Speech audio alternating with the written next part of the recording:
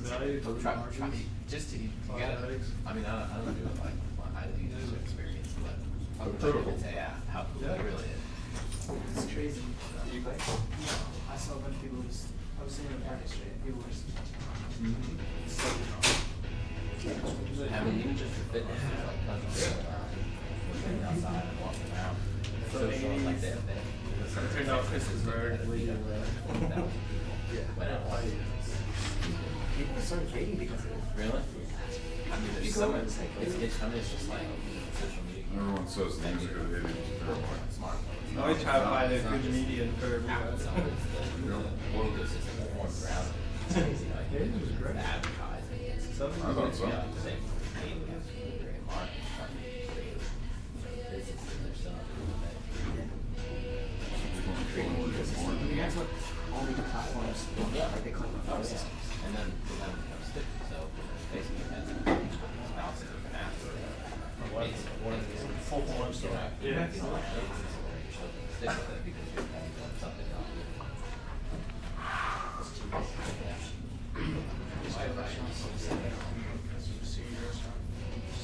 Yeah. Yeah. There's somebody already doing that. Are you going? I Oh, know. you going? It's amazing though. So I you actually changed saw it. something on this morning. Yeah. It's like time to users. He's over 50 million. I'm like, even just that like trade show stuff. How do you feel evidence? Charizard at your station? Yeah. Everybody. You cut them? And so you really could get this Charizard. Yeah. So do everything on the page. Yeah. Right there. Or I get it on my phone. Yeah. It's pretty I insane. know I'm done. Yeah, if you look at that on list on it or something? Something like this, I take notes. Oh, I see. Take a picture and put them in there, or you just No, I'm certainly ready. write it down, okay. But it's a, I mean, that was Yeah. good money, like. Yeah. pictures and. Yep. Yeah, what's up the keyboard? I used to work at Gmail team at Google. Okay, alright, okay. Like, say, like, you have one, like, it makes it Okay, I see, that's what I was trying to figure out what's If going you're in the web browser, like, you can, Is he in the if you're in Gmail browser, question mark. Yeah. It's just myself right now. Hey, cool. How's it going? Do you have a card? To join me? Yeah, after you use Outbound, you have to use. No, you're right. I was fascinated with the folded I pages. just got my cell phone right now. You're talking like fancy business cards. Nice. Is that your card? Someone got one of those. Yeah. Didn't you had it? Are you a memory book? Yeah. Okay. They're good for events, or like, Yeah, yeah. normal. Especially in Vegas. Yeah. It's not worth anything, they just might just put on jail. Joining meeting in North Vegas, I won't be able to see you, are you? You're in the joining meeting, or? Yeah, you think they're. Sorry about It's been a crazy week. I haven't. Officially, Right across the street. Yeah. we put a lot of time with the company next week. I'm putting the organization Yeah. So it's been. Well, I wonder if we should just call you directly on your cell phone, so you can Transition get stuff. the bridge to work. I mean, if he's, The Holiday Inn Express. he can present, right? He can present. So do you want to just call him directly on the conference? That's the same. He's the one that dialed in. Yeah. Same. Same because like looks like it's something more of a modern place. I don't know, what do you want? Holiday Inn Express. Same. Learning one. Okay. Text it over. Same thing. Yeah, it's like literally having. Same logic. I think you're guys. saying that. So I So. stay up to read. Yeah. You know, we talk about big guys on quality and the Indies, but then. Right. Yeah. Yeah, that's what most of these kids are. Essentially, they want to be much more like someone who never Well, I say that. It's the quality you did. Yeah. Just the next, So if there's any, I So it's think like challenge a you're full having, awareness. you know, Yep, for you. things that you're trying to do that you're like. 477 You good? 3149. It's a lot of tribal knowledge. It's something with technology, and technology is always changing. It's like this person is up this, this about this process, which knows what the process. Even from the first call all the way to the close, like It reminds me of like, So 408, 477, and then sometimes they look at 3129. being solutions engineer to We gotta do the same thing. solutions engineer is there's an onboarding process. You've done There's one, an answer for Yeah, it's 9 and 1. I'm surprised. It's just like just the bag. But yeah, like you have nothing first, it's all just word of mouth. And then someone tries to do it like you're saying, it's all, there's just like massive information. It's useless, like it's not organized. Yeah, that's how things are going right now. It just got bought out. So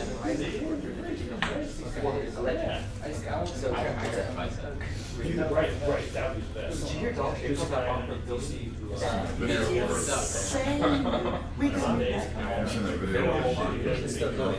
know, we can't get out. They were like just vindicating. Yeah. Great marketing. You're one person, so people probably want to cover each other for this person. So they actually, there's a company that manufactures that's so that you can buy it for like half the price. All they do is they get these, Usually it's proprietary for licensed users through here. There's so many different ideas with that. I was thinking like undershirts, you know, like white tees. Like they go from so fast, so if you have like a subscription like white tees, it's valuable.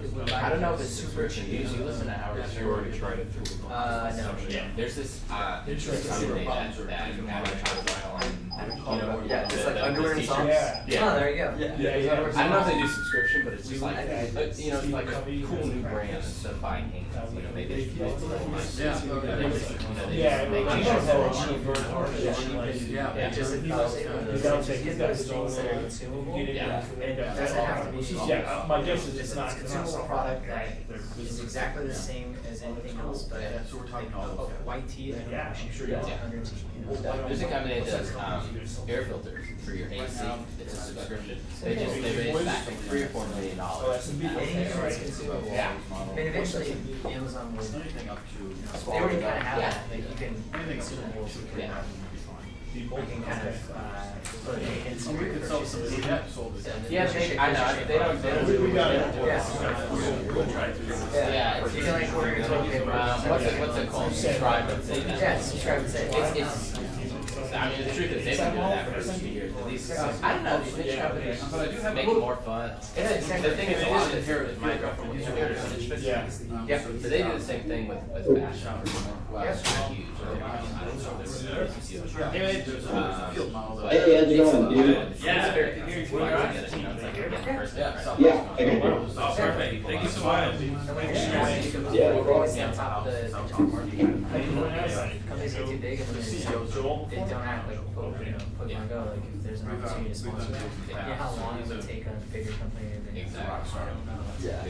Yeah. They're using it. Bring it. It's like that. Good evening, everyone. Good afternoon. Thank you all for coming out. Sorry for the couple minutes delay getting started. We have a gentleman dialing in from Atlanta to help out with our demo portion a little bit later on. But it's great to see so many familiar faces, several newer faces at our meeting this evening. Thank you so much. My name is Gary Smith. I'm the president of the Austin Chapter of the AA-ISP. And I think most meetings I start off by thanking you for coming because we all have choices at the end of our day. We've got busy professional lives, we've got family lives, personal lives, and you've chose to spend the next 90 minutes or so here. And I really appreciate that. So hopefully we can make it as valuable as possible and really encourage your interactions, suggestions, questions as we go through. So what I'll do to get started, give you a bit of an overview of our agenda. So I'll start out, I'll give you a little bit of an intro to the AISP for those folks who are maybe not so familiar with the AISP. We've got a couple of guest speakers, one in person. We've got Rob and also Mitch, who I'll introduce in a little bit more detail in the next 5 to 10 minutes. And then we'll wrap up with some Q&A as well as some networking.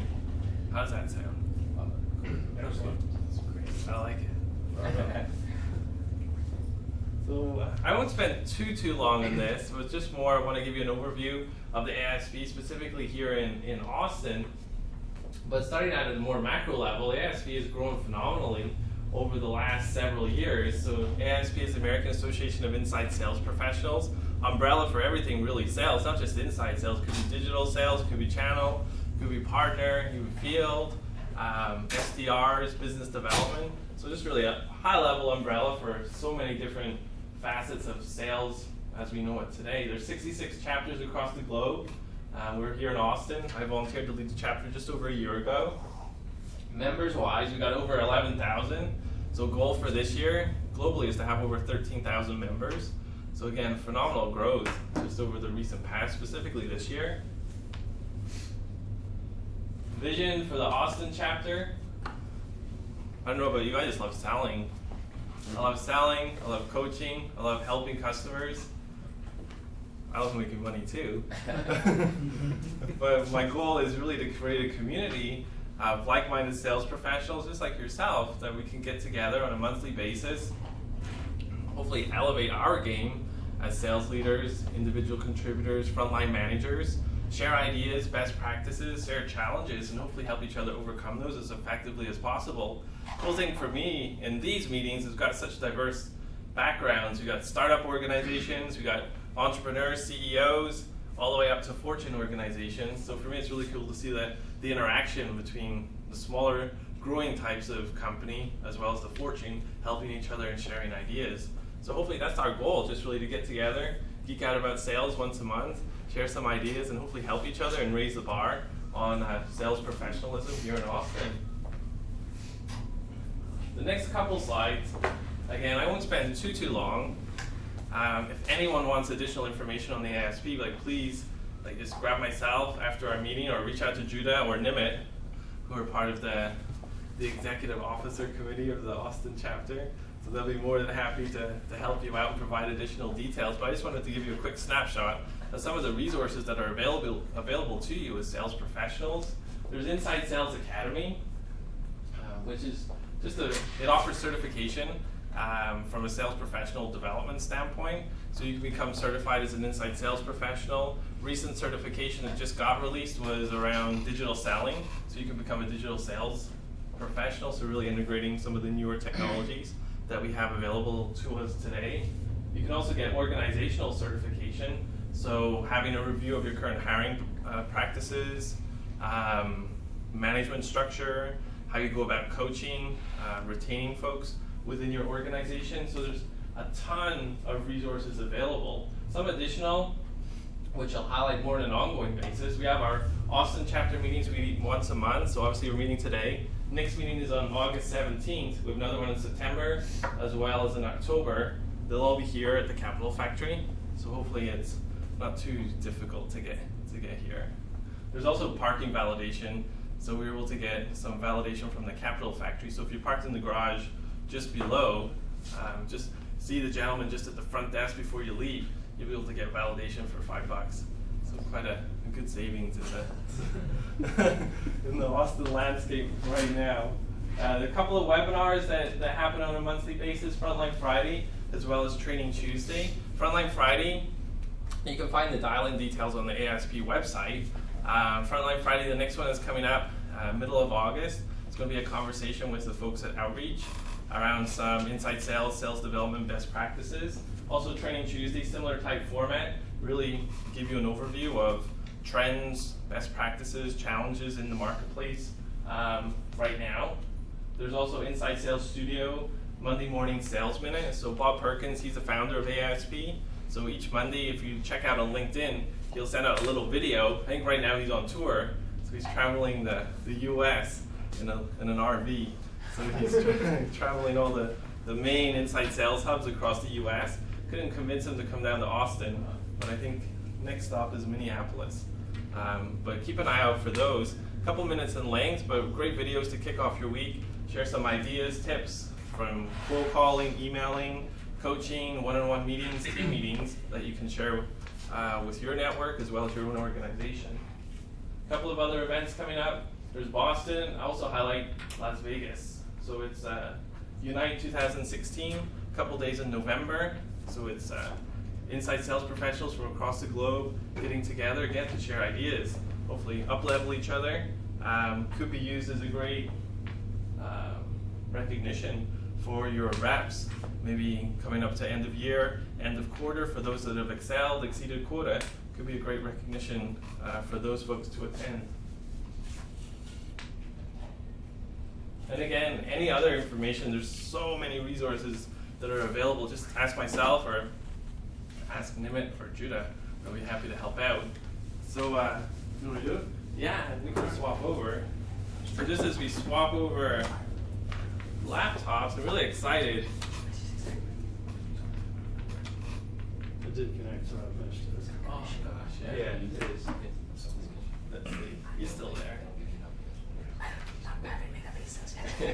Mitch is there. Yeah, Mitch is still there. Still feeling my sales part. Mitch, you can hear us? I'll let you know next month, next quarter. Oh, I'm sorry. It's not getting me. Yeah.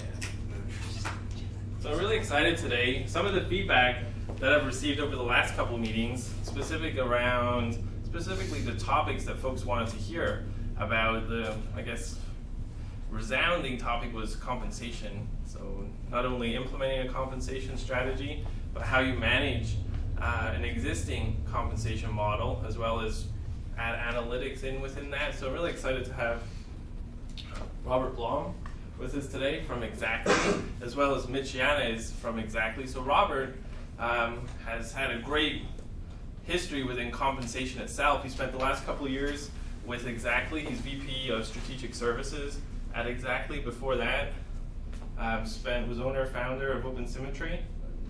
Part of that, yeah. So again, sales leadership role, also responsible for generating upwards of $25 million in services revenue. And then Mitch is solutions consultant at Xactly. So Robert is going to give us a bit of an overview of compensation as a whole in the marketplace today, some challenges, where folks are having successes, and then Mitch is going to follow up to give an example of an Xactly technology, the Xactly tool, on how to go about managing overall compensation, how to run some analytics to give you an idea of what's possible, maybe within your organization, or just from an industry standpoint and growing your own knowledge. So with that, thank you so much, Rob, for taking the time to join us. I really appreciate it. And welcome. I'll pass it over to you. Okay, great. Thanks, Gary. Thanks for having me, everybody. Appreciate your time. So a little bit of a refinement on what Gary was saying from the standpoint of the topics we're going to cover. What I thought might be interesting is we can share some best practices or some findings from our big data as it relates to sales compensation, how people are thinking about it and doing it. The second piece of the conversation is really to show you guys what's possible from an analytics perspective as you think about sales compensation management and sales performance.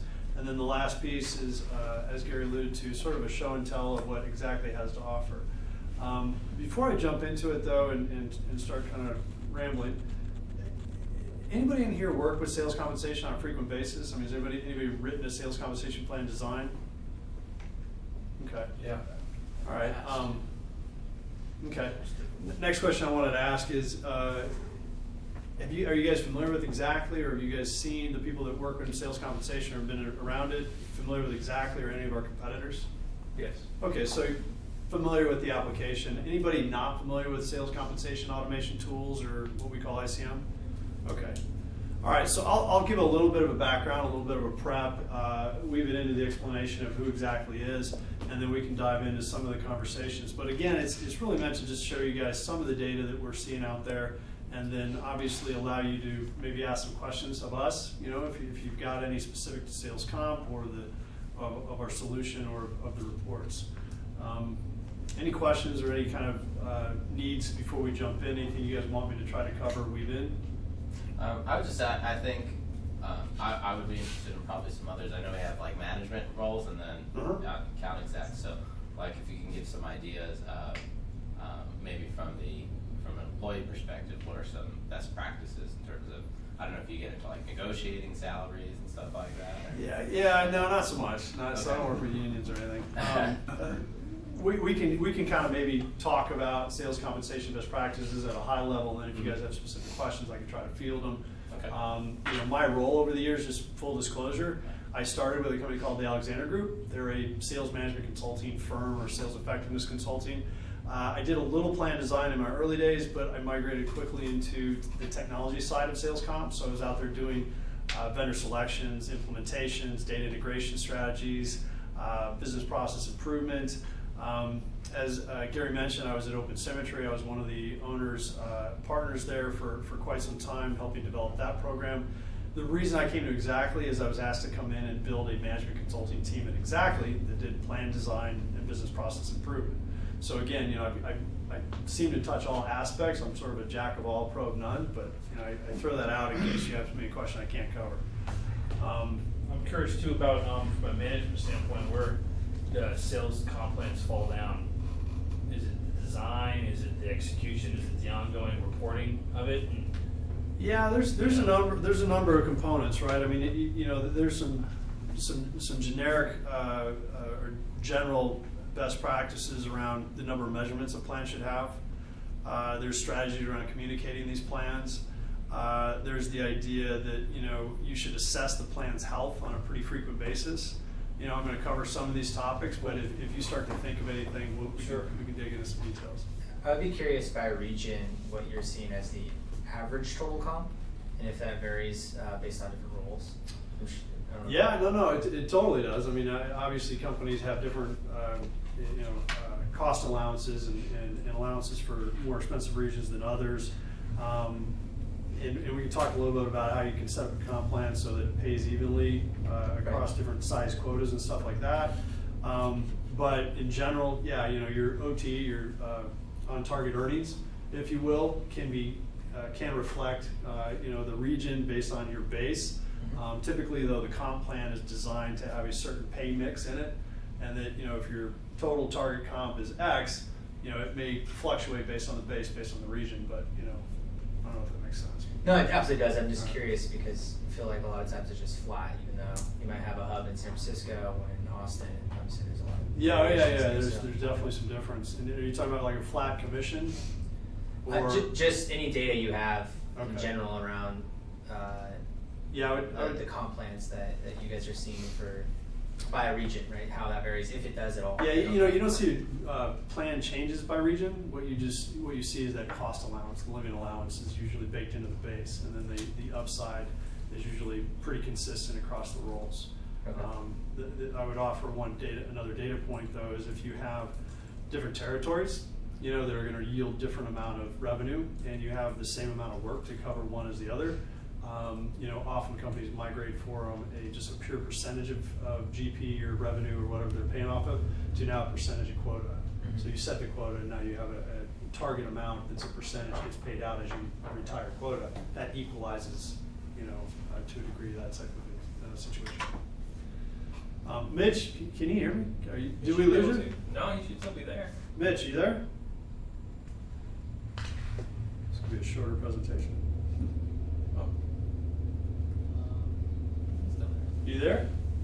I am. I'm trying to. No, we can hear you now. We can hear you. Okay. Okay, you want to give a quick intro on yourself? Yeah, sure. So, hi everyone. My name is Mitch Yanez. I'm a solutions consultant with Xactly. I've been with Xactly now for going on almost 6 years. I started out really in our professional services organization, setting our customers up with our solution. Did that for just about 2 years before I made the transition over to pre-sales to help out our sales team and giving demonstrations of how the tools work, answering questions along into the sales process. So I'm really happy to be here today. I'm excited to show you some of the tools that I tend to walk through on a daily basis and answer any questions I can. Thanks, Mitch.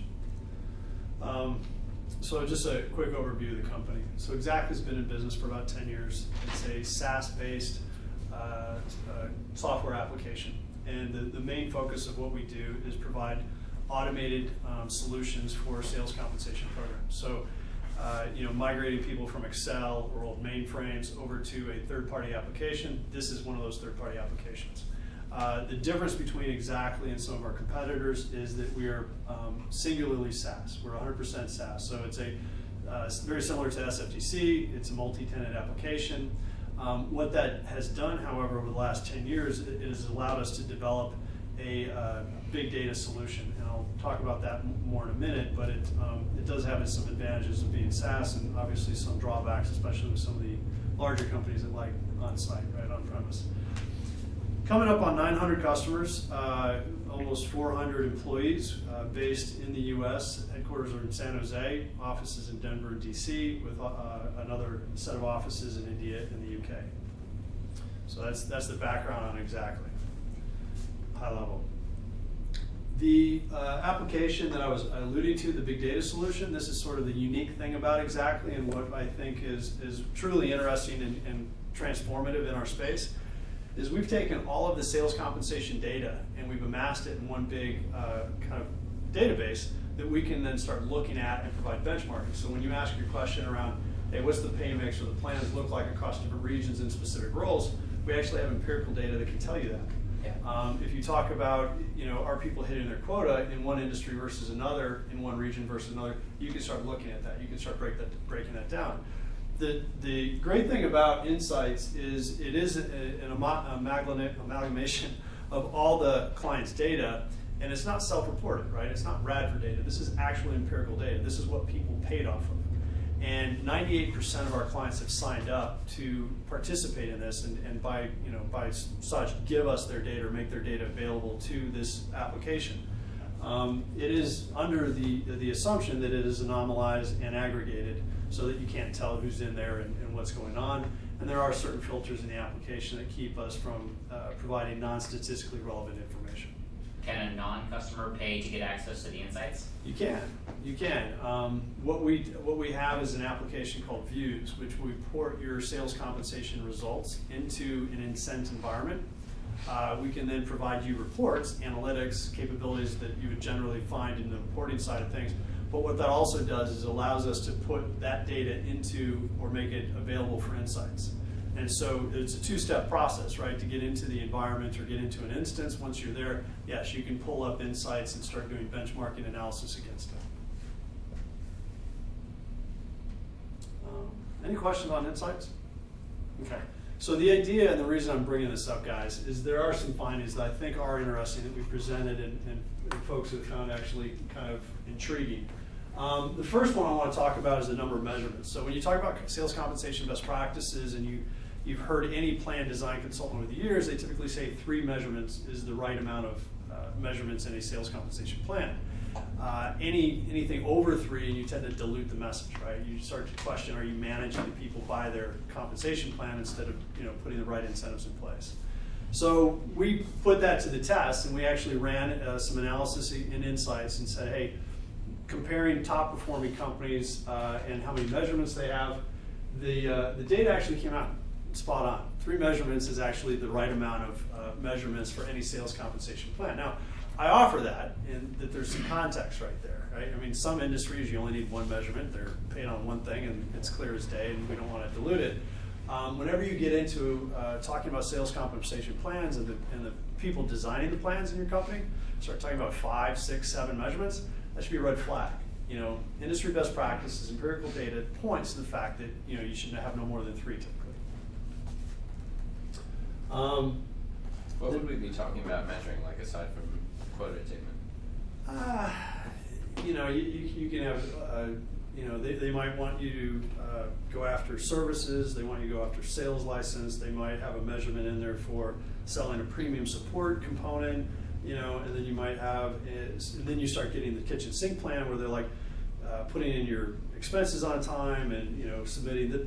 It's just, it goes on, and people get this mindset of like, well, let's put that in the plan. If we're tying pay to that, that will make them do what they're supposed to do. It's like, yeah, but now you've ruined the plan, right? Now you've given the opportunity to the rep to game it, right, and not even go after the primary measurement or whatever you really actually want them to be doing. Mm-hmm. There's management and then there's sales compensation. So would you include, like, say a product line of 20 different items? Is that considered one? Well, so I'm not sure I'm following. So if you have 20 different products that you're selling, and each one is going to have its own, commission plan, right? Yeah, normally you'd probably build a rate table for that and say, okay, here, it's a consistent plan, right? Everybody knows what's going on. but you might weight the product based on the potential GP to the company, right? So you can have a weighting structure like that. You can also provide incentives for bundling, right? So there might be a kicker of 0.5% on the commission or something like that. But you want to keep it as simple as possible. I mean, if you can't put a comp plan on one page, you're probably too complex. Yeah. Back of the business card. Back of the business card, even better. Another data point that I wanted to share is around team size. Over the years, we've come across a lot of companies that have a lot of people getting commissions for one event, right? If you talk to somebody at HP, IBM, any of the big companies, big services organization, they can have up to 200 people getting credit for one event. So same analysis we did, we said, okay, we want to look at top performing companies and what's the team size. Team size actually came out to 5. 5 people should be kind of the ballpark of how many people should get credit. The rep, the managers of the rep, and then the solution architect or the solution engineer. The idea here is that, again, it has to be taken in context. If there's more people influencing the client's decision, then maybe you need to broaden that. However, if you've got a pretty straightforward environment or sales kind of model, then yeah, you should be thinking about, well, who's actually influencing the customer's decision versus just, yeah, that's part of their job, right? I mean, they have to do that as part, to get paid. And so you start to dilute the plan and put all these different people in there. It starts to get in the way of kind of managing and executing your sales.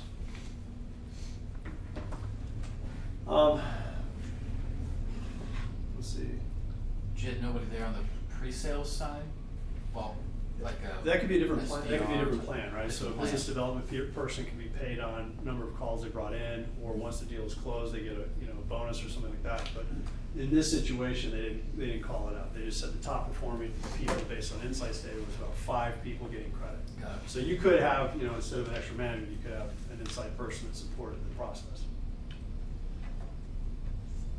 So anyway, this is actually an interesting one, and this is a study that we got published in the Wall Street Journal on.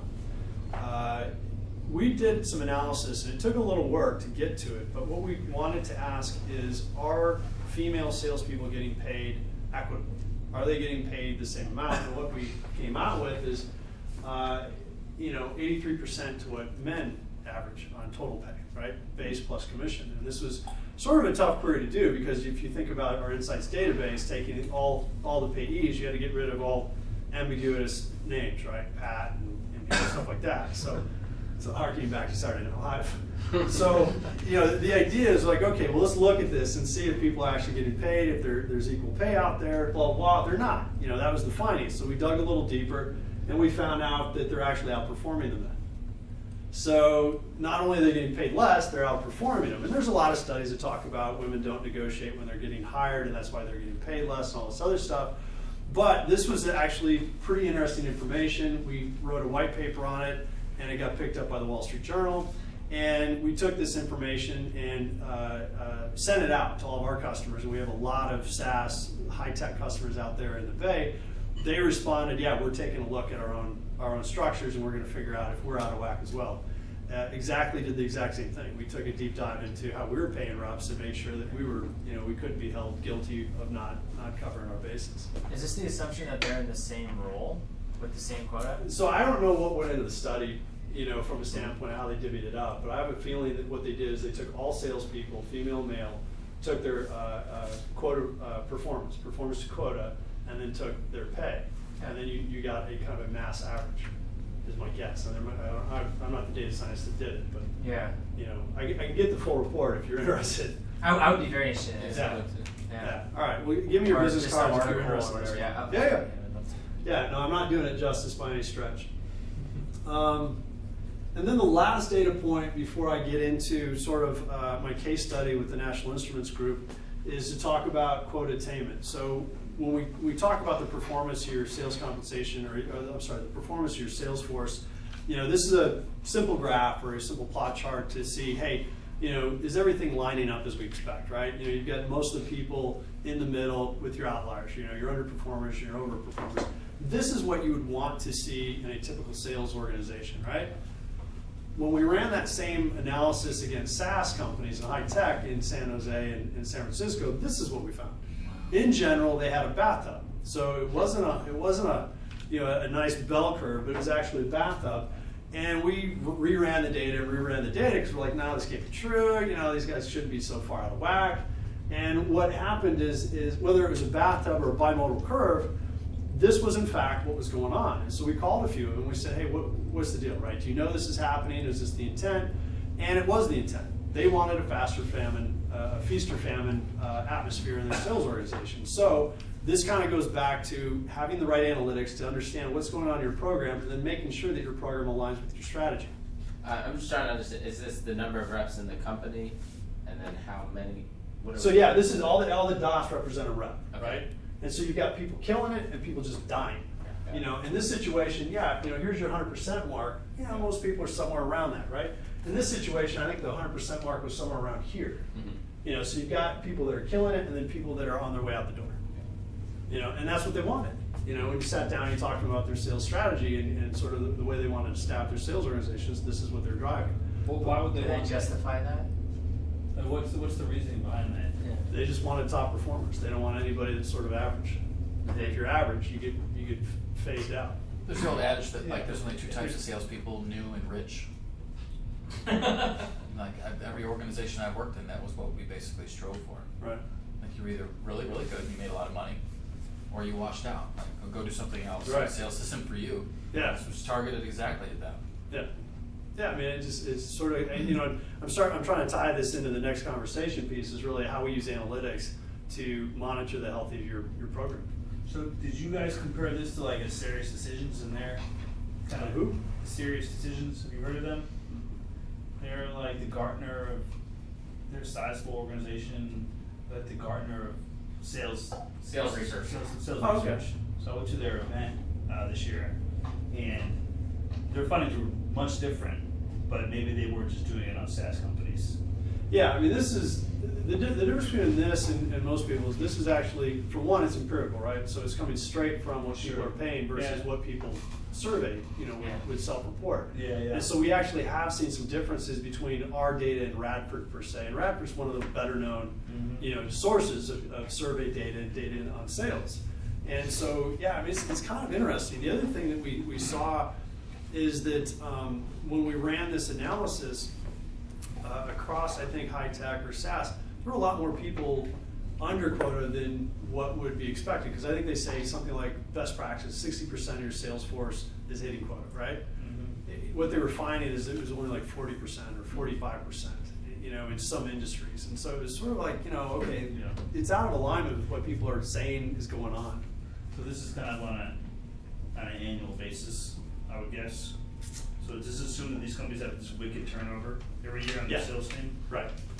Yeah, that would be the assumption is you're getting rid of the non-hackers quick.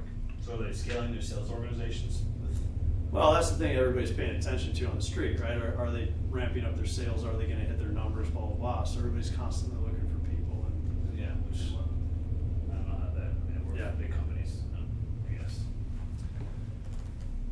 So anyway, so at this point, I was actually going to transition into a case study we did for National Instruments. And guys, I don't know, if there's going to be a lot of questions or if this is really going to be intriguing, but it is sort of a story I wanted to share with you of how we sat down with National Instruments and built out a process, if you will, with analytics reports to allow them to monitor the health of their plans, right? So if they're seeing bathtubs versus, natural curves, things like that. So that's the whole intent.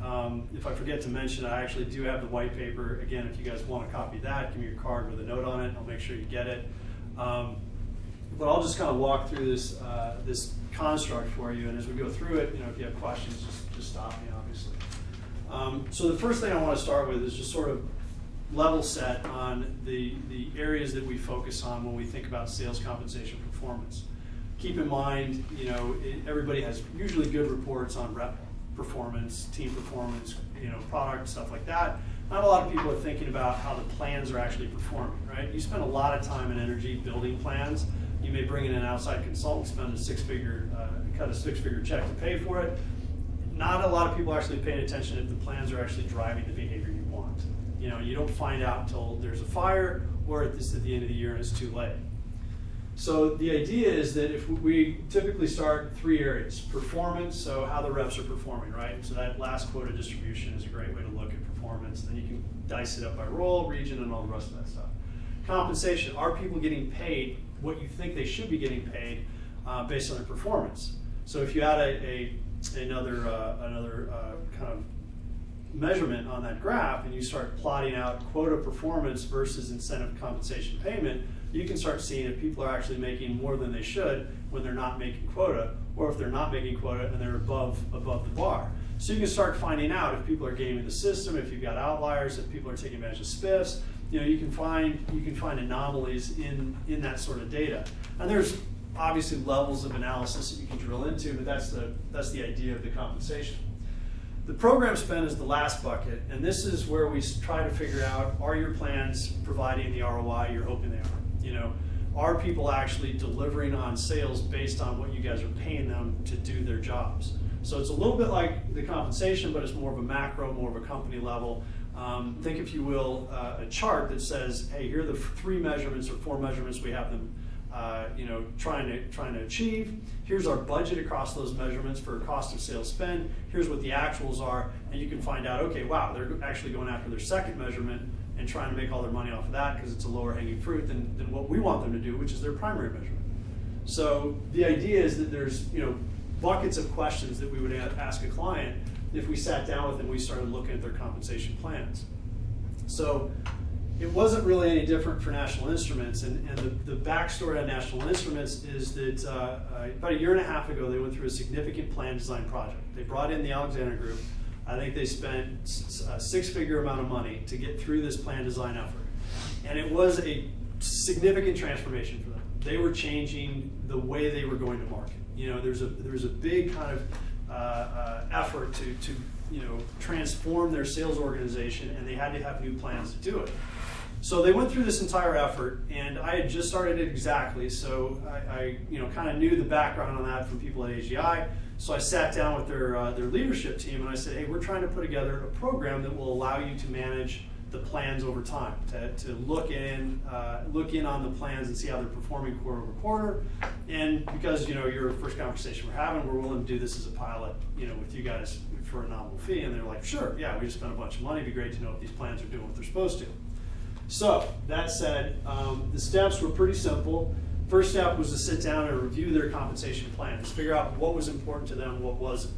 The idea for doing that is because if we're going to track the plan performance, if we're going to be able to tell them if things are happening as they should, we're going to be able to, we should then be able to define some metrics. So the metrics then led into dashboards and reports, and this is a sample of the kind of data that we started looking at with them. It was a process, obviously, to get through these conversations, the workshops, and get to the point where we developed the reports. But this is a sampling of what we were able to develop through Xactly Analytics, because they obviously were on Xactly. Yeah. What kind of metrics would assess the effectiveness of the program versus just performance of the sales team?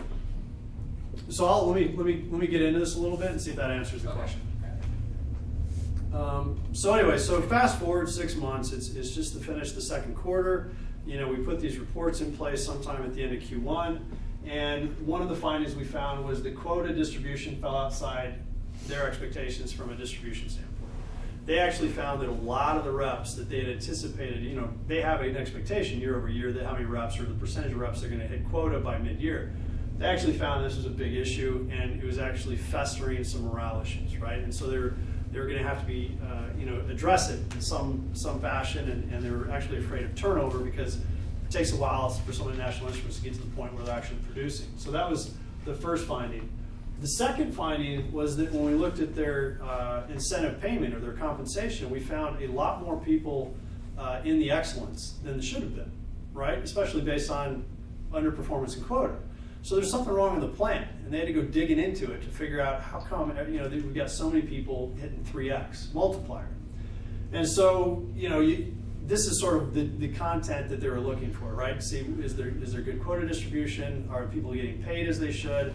There's other things at that macro level that will allow them to dig in and then get to the team level and figure out what's going on.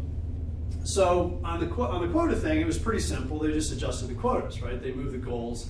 And they felt like after they made the decision to do this, that yeah, this makes more sense based on historical performance of the sales organization.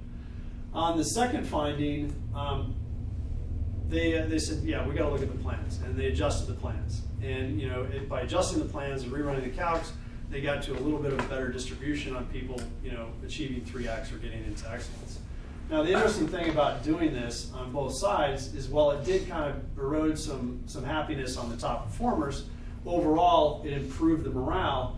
And because the costs of moving the quota up, because the increased cost of moving the quota, the bar up, you get more people getting paid, took it up, but the adjustment to the plan itself took it down, so it actually neutralized itself. So in sum total, you get a better morale, better situation inside National Instruments without having to pay additional sales expense.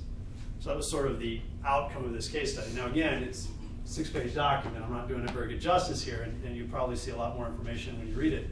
But this is meant to be an example of putting the analytics in place to measure the performance of your sales compensation.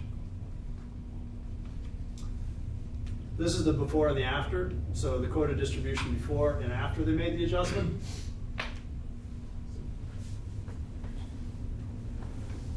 Is that what they wanted?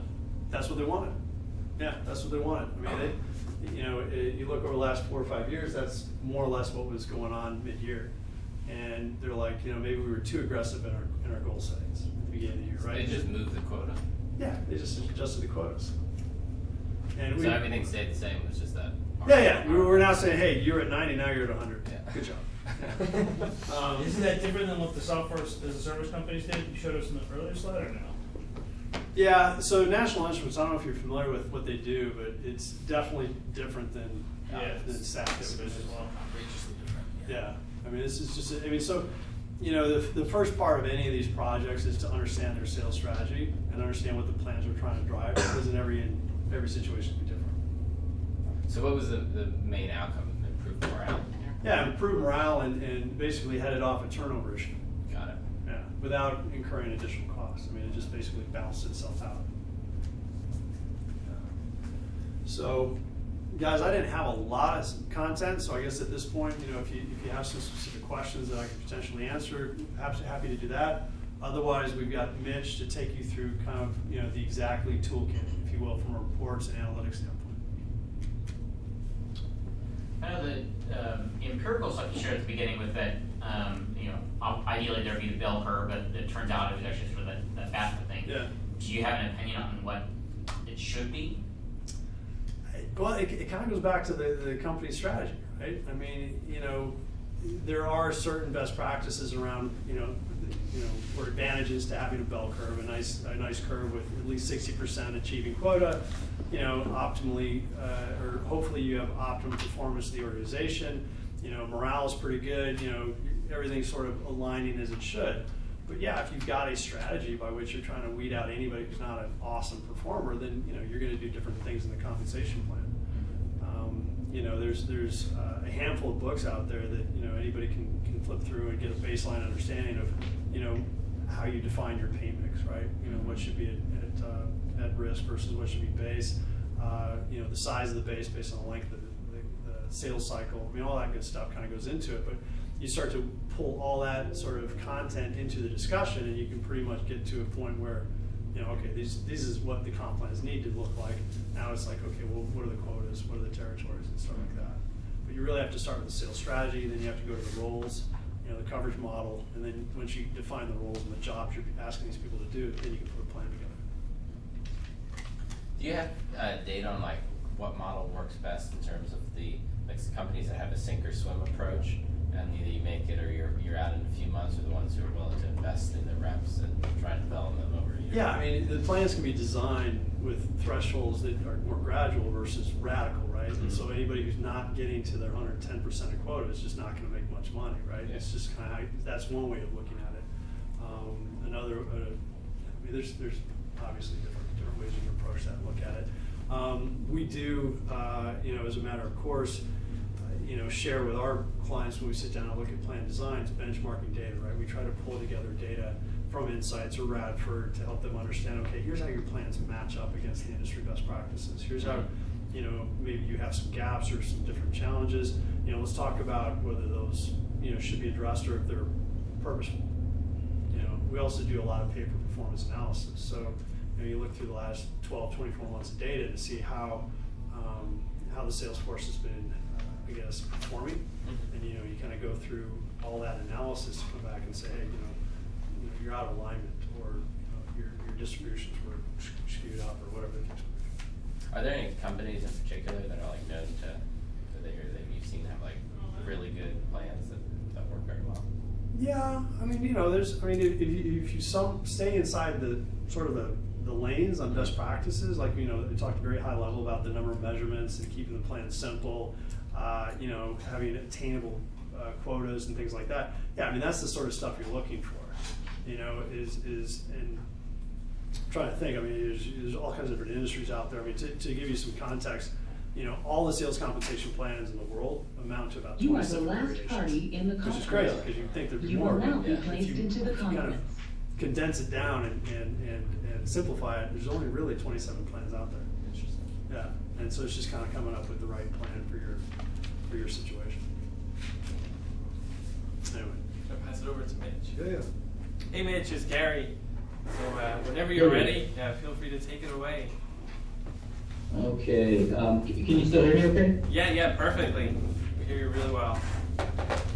Great, now I'm just looking at to share my screen. Alright.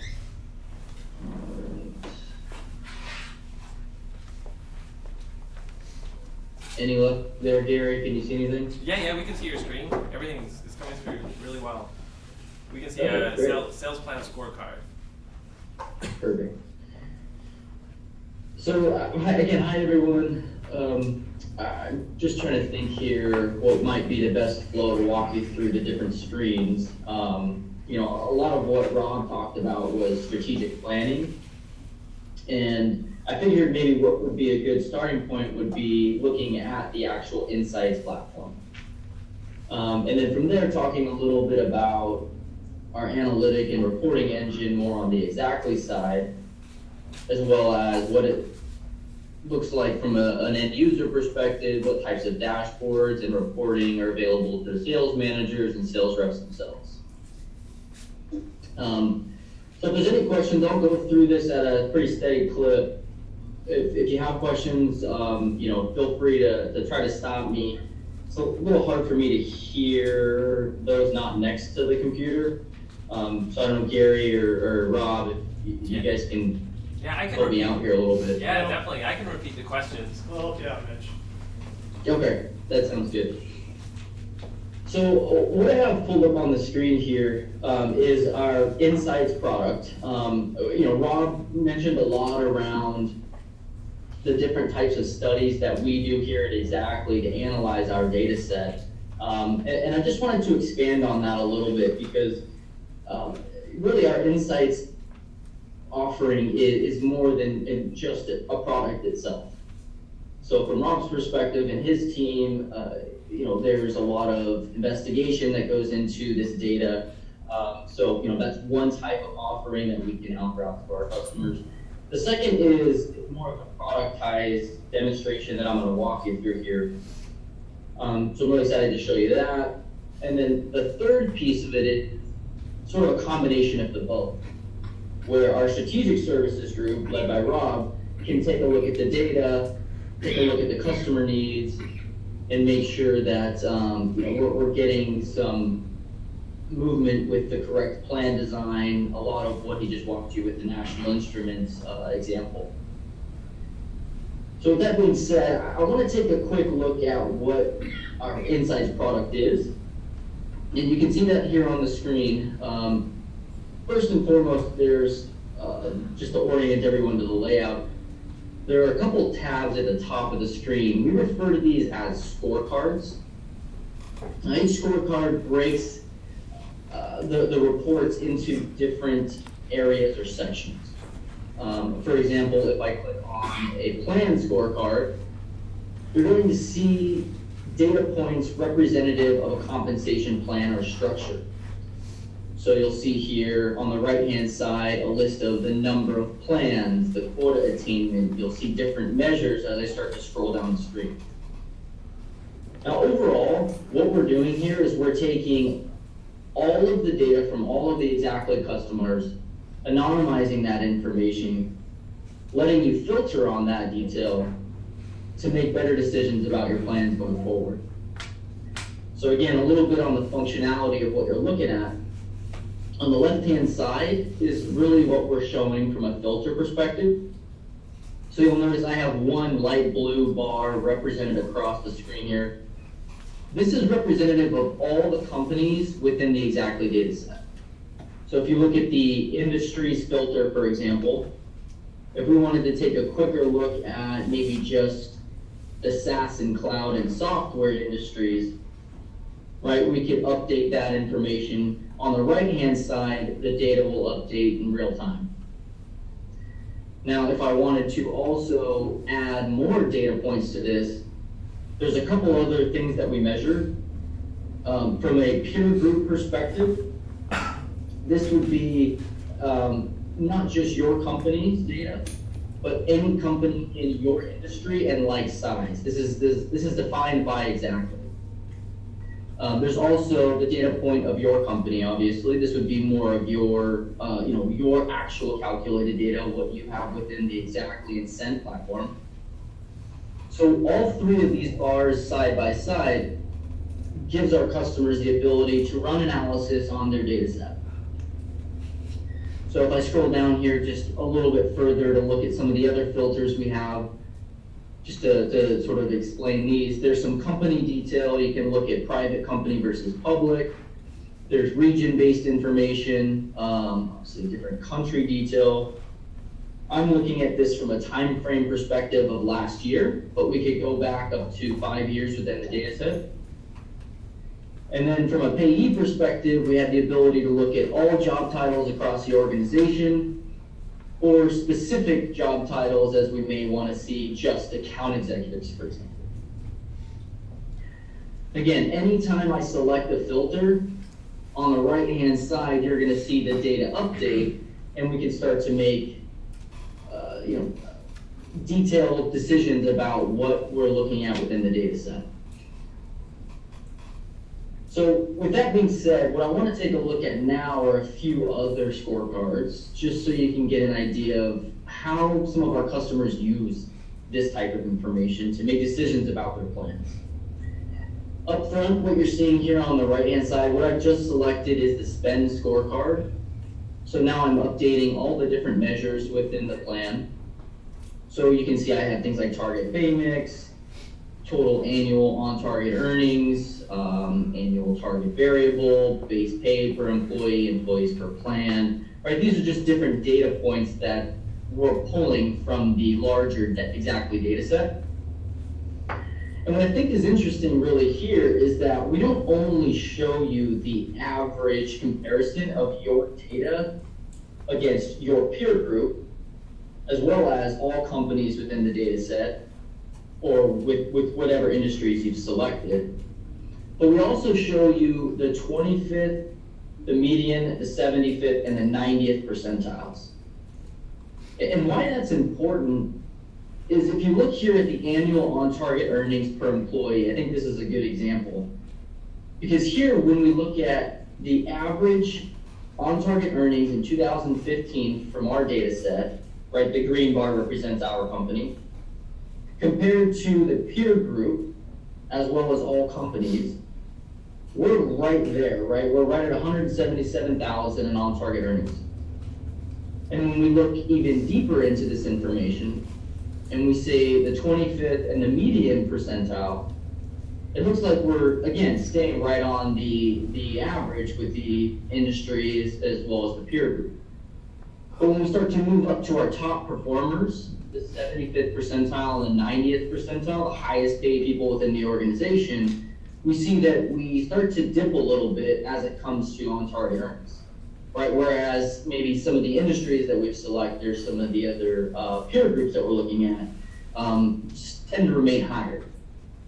So this is a look at how the average might be slightly skewed and looking to keep our top performers is a little more detailed. So this might show us that we're staying or maintaining some of our maybe entry-level positions, but some of the higher-end sales positions that we have here, we're starting to lose the competition for higher salaries, higher on-target earnings, those types of things. Again, this is just one example, but this starts to give you an idea of how, we can start to see the behavior of the plans, how our information, our data is stacking up to the industry, to other companies that we might be competing against. I'll pause here for a second. I covered a lot already. Are there any questions? Any questions? Do you distinguish between hunters and farmers?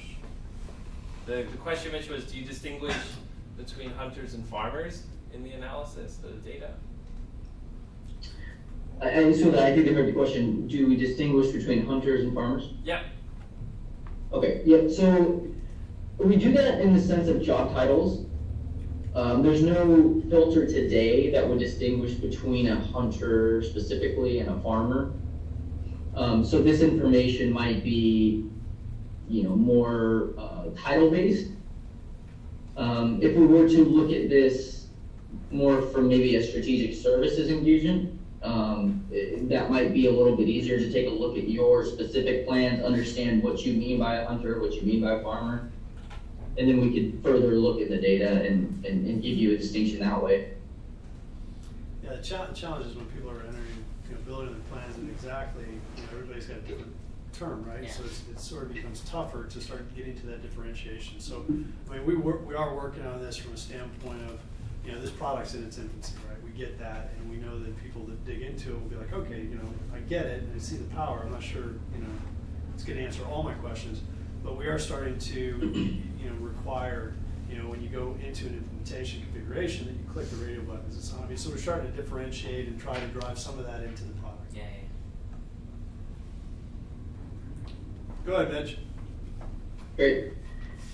I'm going to talk a little bit just to another scorecard here because I think this will help us lead into analytics. A lot of what we hear our customer.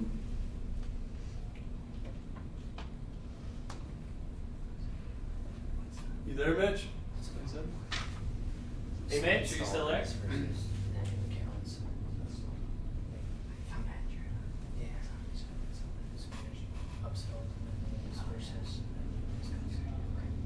Hey, Mitch? Yep, sorry. Can you hear me okay? Yeah, we can hear you. I think I was disconnected from my Wi-Fi. I should be back online. Can you see my screen still? Yeah, we can see it. Okay. Great, so where I was going was to our performance scorecard. I wanted to talk a little bit about, we looked at spend and we looked at target earnings.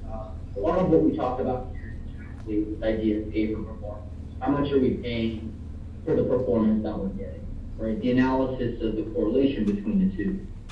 And this is what this performance scorecard tries to do.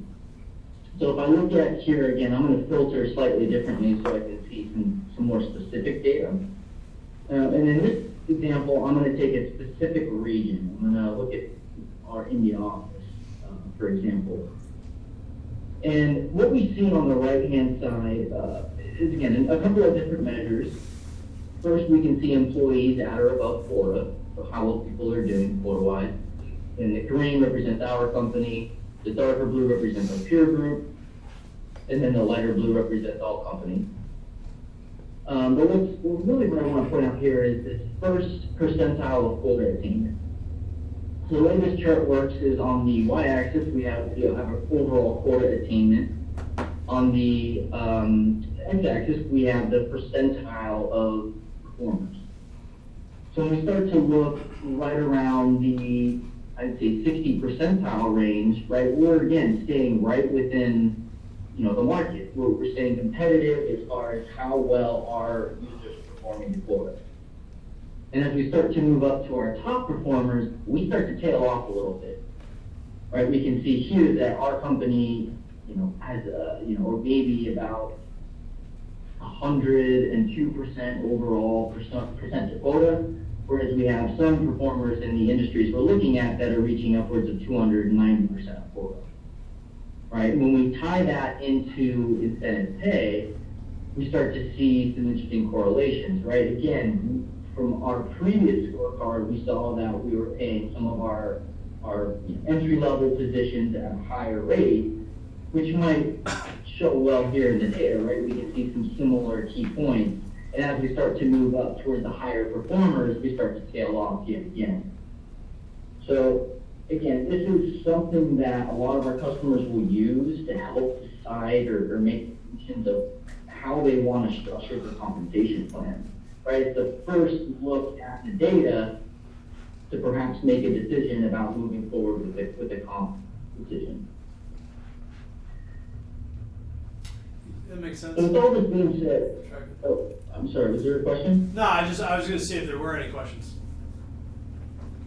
Okay. Does it help with things like, or could it help with things like territory alignment? So for example, I've got a rep in Tola, and I've only got so much headcount to go around. I could take the rep in the North Central, move him out to San Francisco and double down there. Or take the guy in Tola and have him cover the South Central also. Right. Or cover the North Central also. So there's software now that's supposed to help with all kinds of territory alignment and all kinds of stuff like this. Right. Yeah, I'm not sure this. Mitch, you know what kind of inferences you can gain on territory management within Insights? Do we do that? Territory management? Well, yeah, territory planning. Or coverage modeling. I think that might be, I'm not sure there's much territory planning information to be found here, at least at this point. Within the product that I'm representing here, there may be other data points we can get at within the larger data set. I mean, you know, we see people But at least use with the Terra filter line. criteria, I have to Terra line. think Some about of that a those little territory bit. planning tools where you kind of put everything in one place and it sort of aggregates all the information. It's just like quota planning. Yeah. Where do you guys see people using, where are people most successful using your technology? Is it for tracking or is it for reporting to this folks?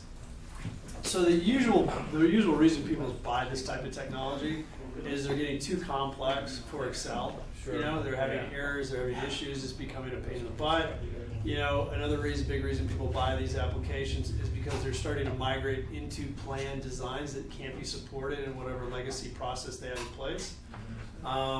Another big reason people are doing this is for reporting and analytics. You know, they just don't have the capability of pulling data out and massaging it. You know, I mean, a lot of people are going, okay, we'll stay on Excel, but we'll bolt on Tableau or something like that. This sort of covers a lot of different bases, right? And so that's one of the reasons we're seeing people buy these, but primarily it's because whatever system they're on is inhibiting them in some way.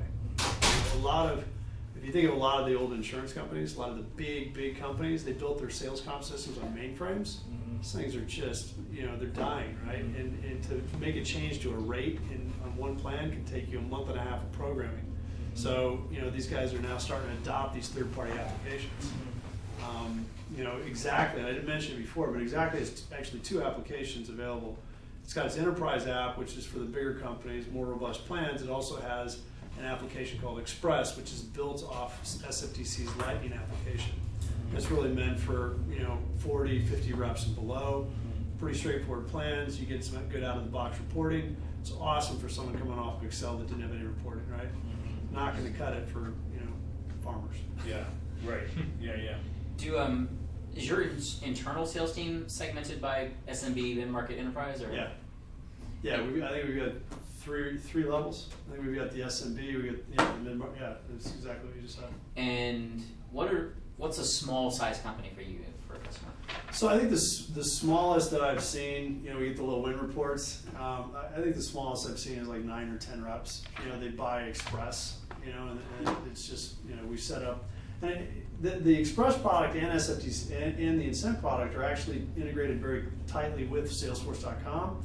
Salesforce.com was one of our biggest and earliest clients. And so we've got a great relationship with them. And so anytime they do something different, we're right there on their heels, to the point where Incent, I don't know if Express does it, but Incent actually has a way to port over your pipeline and see what you'll get paid as a rep.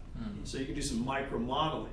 That's really kind of cool, right? Yeah. Because as a sales manager, you're like, yeah, if I can get this carrot right in front of their face, you know, they're going to chase it.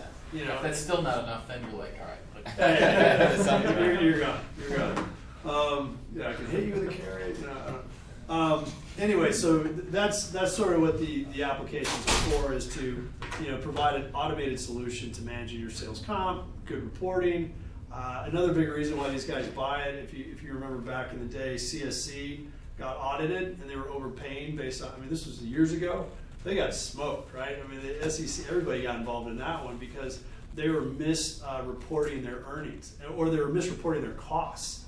You know, their expenses were misreporting because they had plans set up that were actually overpaying and over allocating credits across different groups.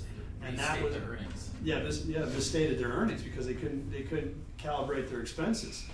And so that got them in trouble, and they turned around and had to, you know, figure out a new sales compensation program. The other big event, you know, a few years ago was Sarbanes-Oxley. You know, Excel doesn't offer a great auditing tool, you know, or process. So all these systems have the ability to track who made an adjustment, when they made it. You can put some notes in there, all that fun stuff. You know, so I mean, the applications have really come a long way in the last 5-6 years. I mean, these applications are still fairly new compared to, you know, other software products out there. But, you know, now they're all kind of getting to a point where they can handle 99% of the comp plans in the market. And when you compare Xactly to our competitors, it's like, well, do I like SaaS? Do I like the little bells and whistles over here? You know, who has the better analytics package? Those are typically the drivers. Are you seeing any sales leaders being comped in part on some of the metrics in here, like percent of team attainment or something like that? Oh, yeah. Yeah. Oh, for sure. Yeah, I mean, it rolls up, right? I mean, and, you know, a lot of organizations, I mean, we work this way, and every company I've worked in is sales leadership usually shows up when it comes time to sign, right? And they're sort of helping coach it across. So, yeah, I mean, they're definitely interested in, and typically included in, you know, whatever windfall comes in. You know, even if it's a minute percent, you know, they get a little something of what their team's doing, or based on team performance in total. Yeah. The number one request we had from reps was what-if modeling.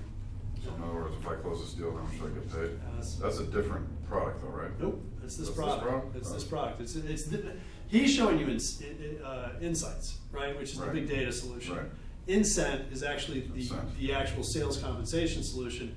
And if you configure it correctly, you can port your pipeline from SFTC. You can say this deal, this deal, this deal.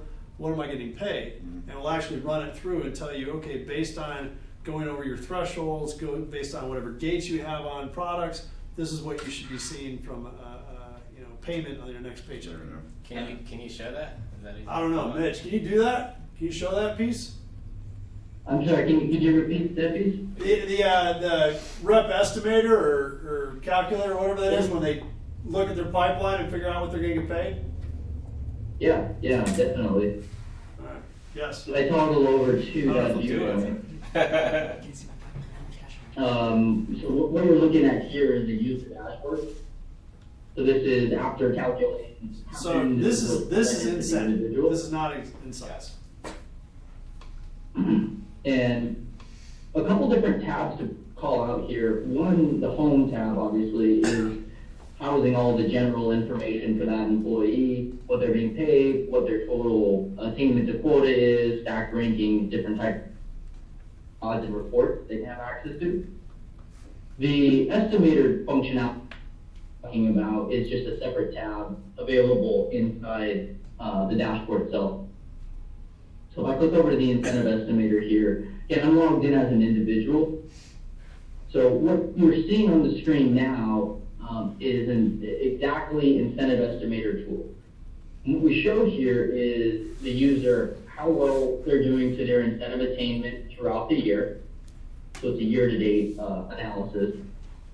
The green represents an uptick in any commission payment based upon a set of deals or pipeline of deals that you'll see down here below. So I have, in this example, quite a few, right? This was imported either from an Excel upload, as you'll see here, or an actual integration that we can offer with Salesforce.com.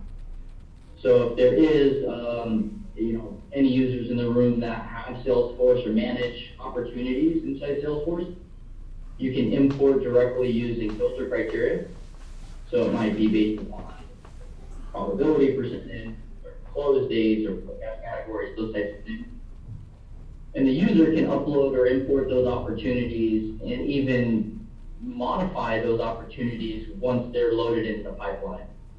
For example, if I were to change this from 30,000 to 300,000, right, that might be a pretty big uptick for that one particular transaction. That might result in quite a big change in the actual calculation of my commission. You'll see here the 49,000 after I rerun the calculation would modify itself to 56,000. I would see that uptick here. If there are any bonuses that perhaps I achieved, I would see an uptick in that sense.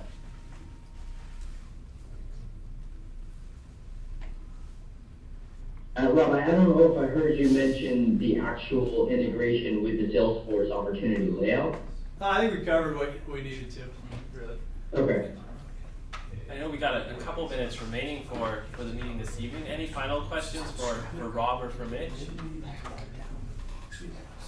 Thanks for showing that, Mitch.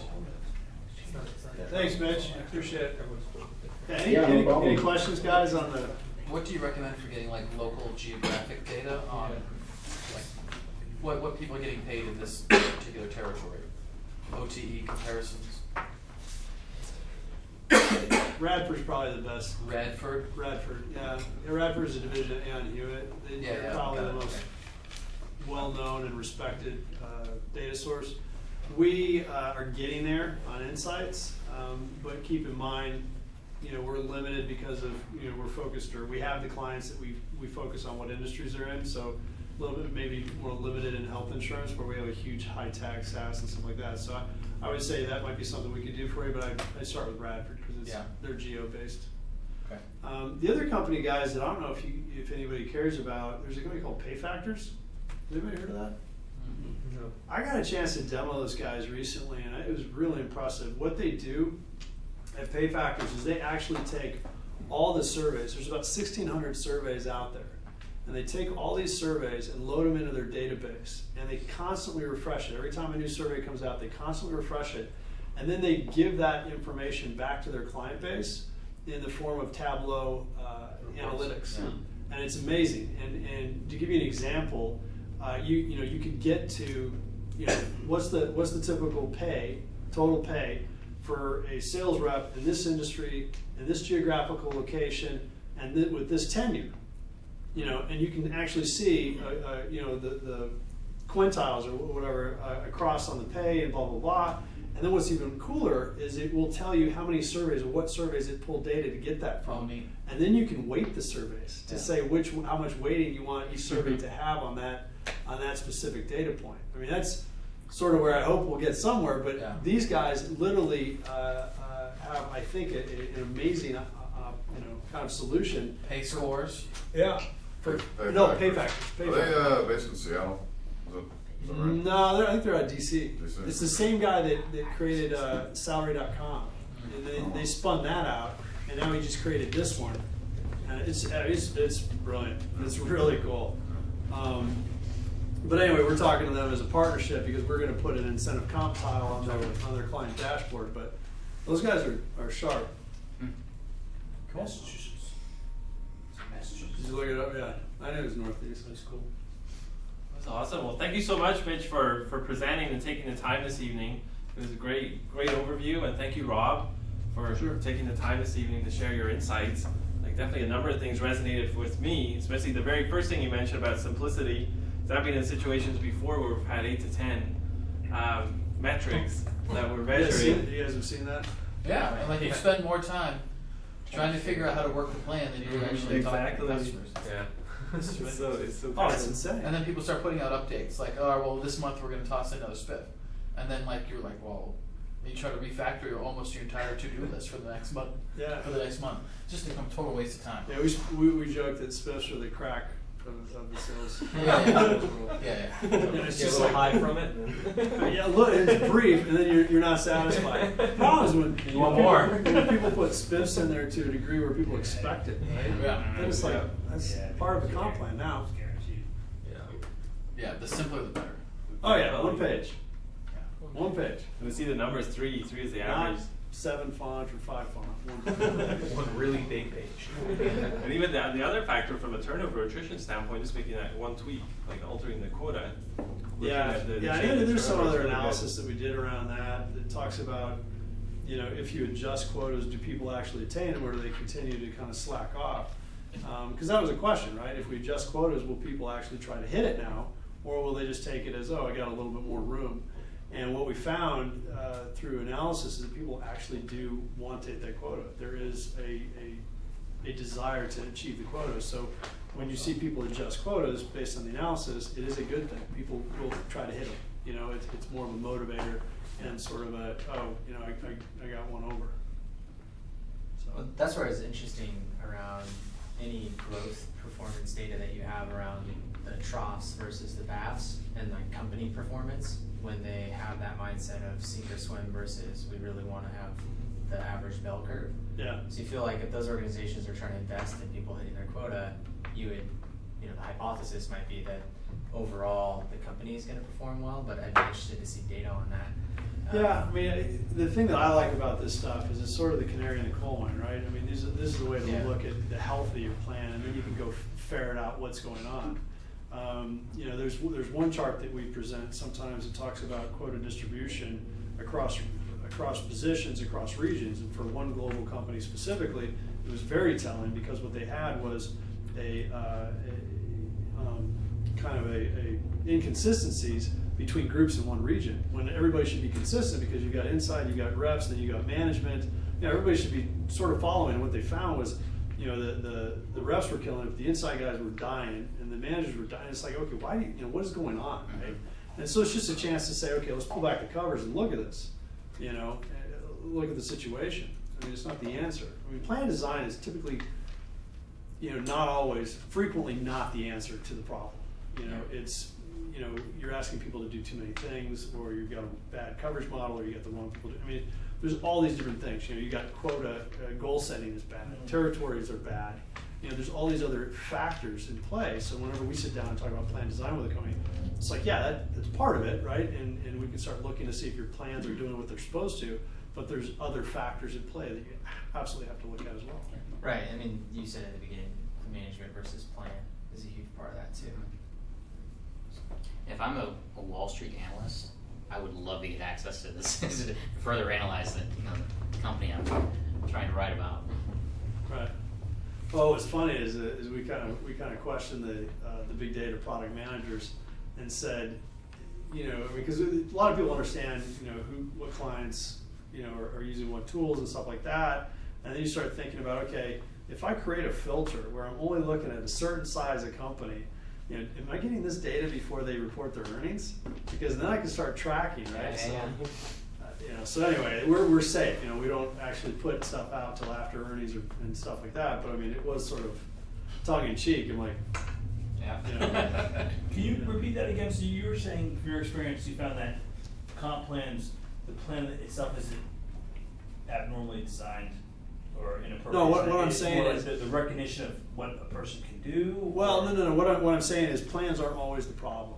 Plans are always a problem. Yeah, I mean, So it's it's not basically it. always- I mean, the plan could be contributing to the problem. Yeah.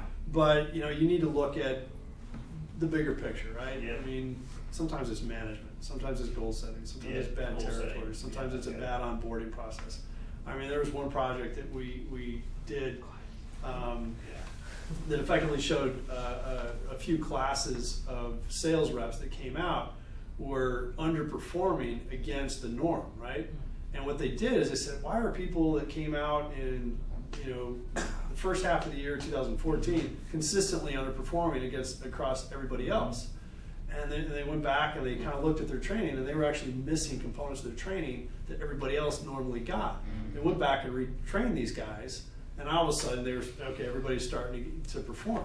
So again, it's the analysis that points you in the right direction to finding out what the problem is. All right, thank you for that. I'm writing down some of the stuff.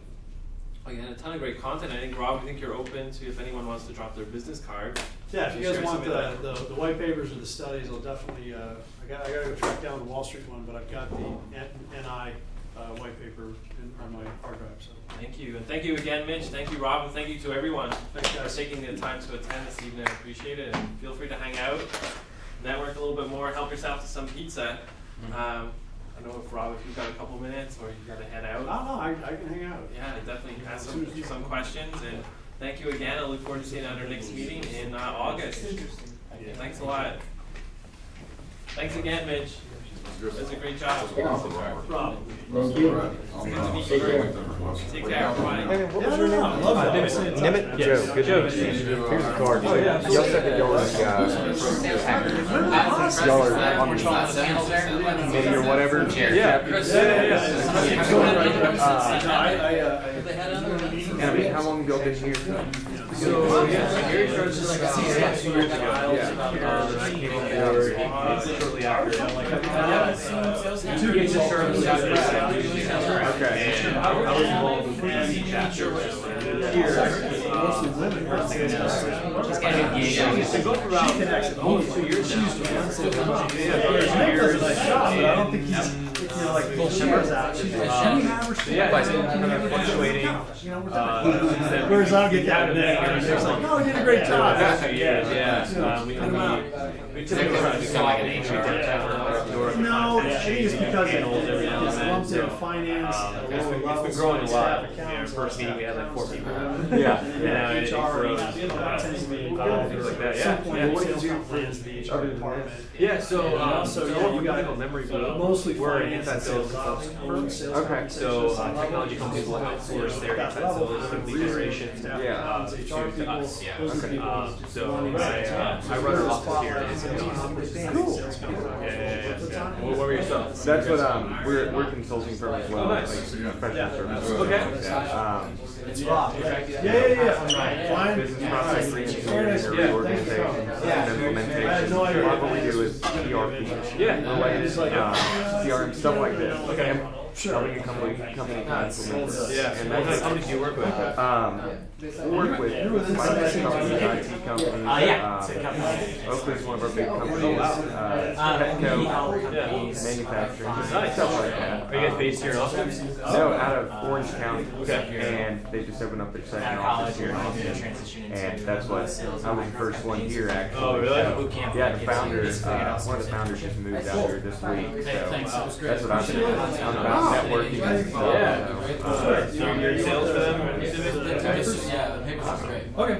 Well, we're enjoying it so far. Yeah. Coming out with stuff like this. Yeah, you can see every time. Yeah. Factory. Yeah. And I've actually got some other white Couple years papers and ago. stuff to download. I actually worked for consulting Xactly. Oh, it's like little. Yeah. Oh, yeah. They've got the whole So just tell me thing. All they want you to do is get college kids in. And they make much money off these kids. Yeah, no, like I said, They make money off those kids. Yeah, that's great. Yeah. Are you Yeah. Churn and burn. Yeah, a little shed in the back. Very cutthroat. Yeah. Very, very cutthroat. You see that a lot of corporate structures too, with like HP, Oracle, Dell, a bunch of people. And I always compare it to the analogy of there's some universities like when you apply, they'll give you they'll admit you for the spring semester because they know so many students are going to drop out after the fall semester. So they go, hey, you got in, but you can't start till the spring. So it's a very similar kind of thing there. Have you been to the Austin Tech Happy Hours? I don't think I've been to They that do it one. every third Thursday. They do it at Dogwood on West 6. Oh wait, I went to Dogwood last night for network after work, but what is it, the Austin? It's the trade up and stuff, right? It's Austin Tech Happy Hour.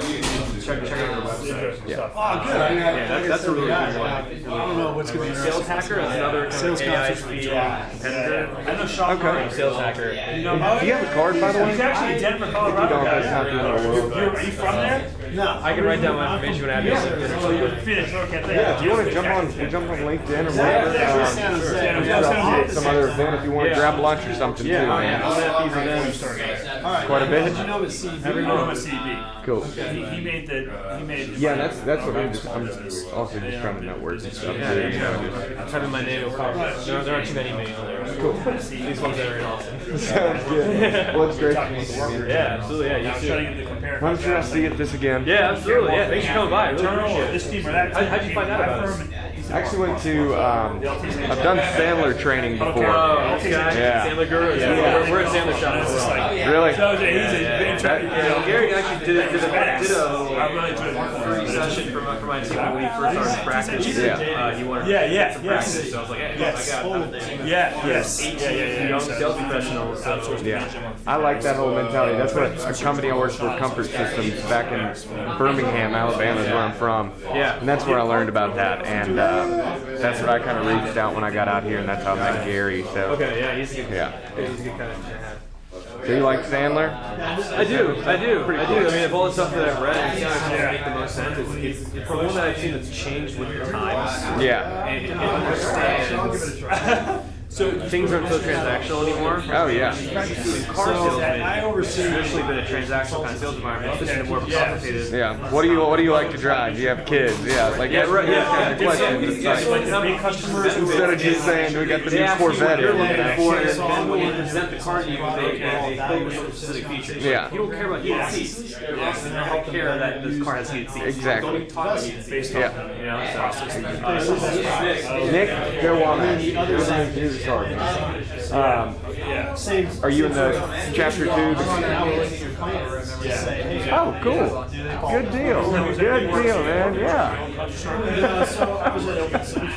Oh, man, that's cool. That's what we were just talking about. Maybe we can just do lunch or we'll go grab that.